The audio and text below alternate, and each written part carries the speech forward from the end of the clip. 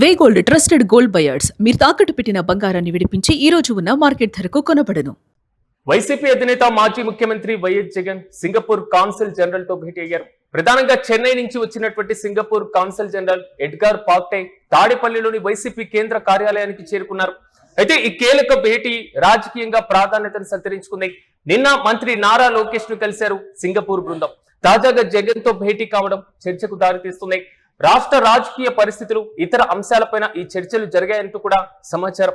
ప్రధానంగా Singapore cancel general బృందం ఆంధ్రప్రదేశ్ పర్యటనలకు రావడం ఆంధ్రప్రదేశ్ రాజకీయాల్లో కొత్త ఉత్కంఠను కూడా పెంచుతుంది. సాధారణంగా దౌత్యవేత్తలు రాజకీయ ప్రముఖులను కలవడం సర్వసాధారణం అయినప్పటికీ వరుసగా కీలక నేతలను కలవడం ఆసక్తికరంగా మారుతుంది. ఇప్పటికే నారా లోకేష్ తో భేటీ ముగించుకున్న సింగపూర్ ప్రతినిధులు ఇప్పుడు జగన్ తో సమావేశం కావడం వెనుక ఆర్థిక దౌత్యపరమైనటువంటి అంశాలు కూడా ఉండవచ్చు.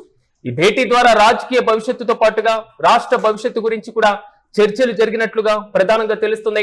రాష్ట్రంలో మారుతున్నటువంటి రాజకీయ సమీకరణాల నేపథ్యంలో ఈ సమావేశం అందరి దృష్టిని కూడా ఆకర్షిస్తున్నాయి.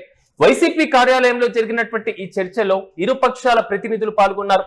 అధికారంలో ఉన్నటువంటి వారితో పాటుగా ప్రతిపక్ష నేతలను కూడా దౌత్యవేత్తలు సాధారణంగా సమావేశం కావడం రాజకీయంగా ముఖ్యమైనటువంటి పరిణామం.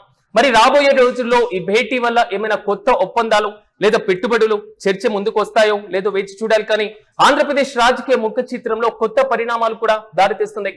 ప్రధానంగా వైఎస్ జగన్ తో ఇప్పుడు సింగపూర్ కి సంబంధించినటువంటి కాన్సుల్ భేటీ.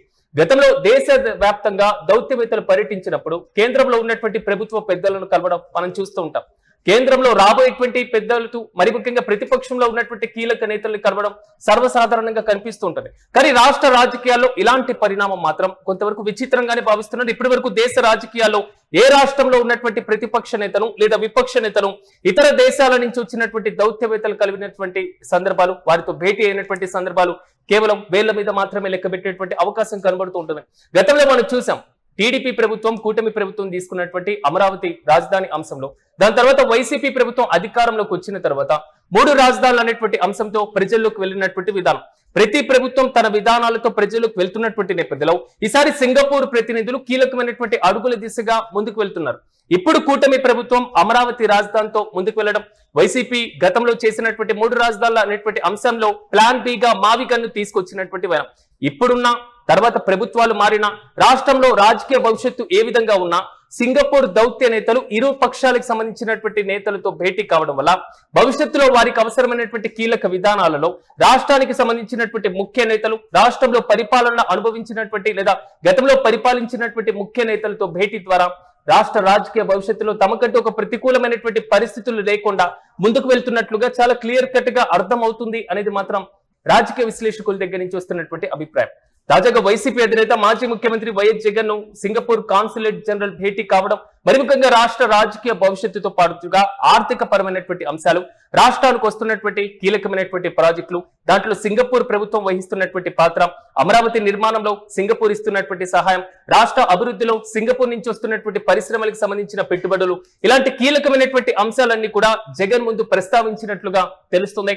వైసీపీ కేంద్ర కార్యాలయంలో మాజీ ముఖ్యమంత్రితో ఎడ్గర్ పాంగ్తే భేటీ మాత్రం కీలకంగా మారుతుంది.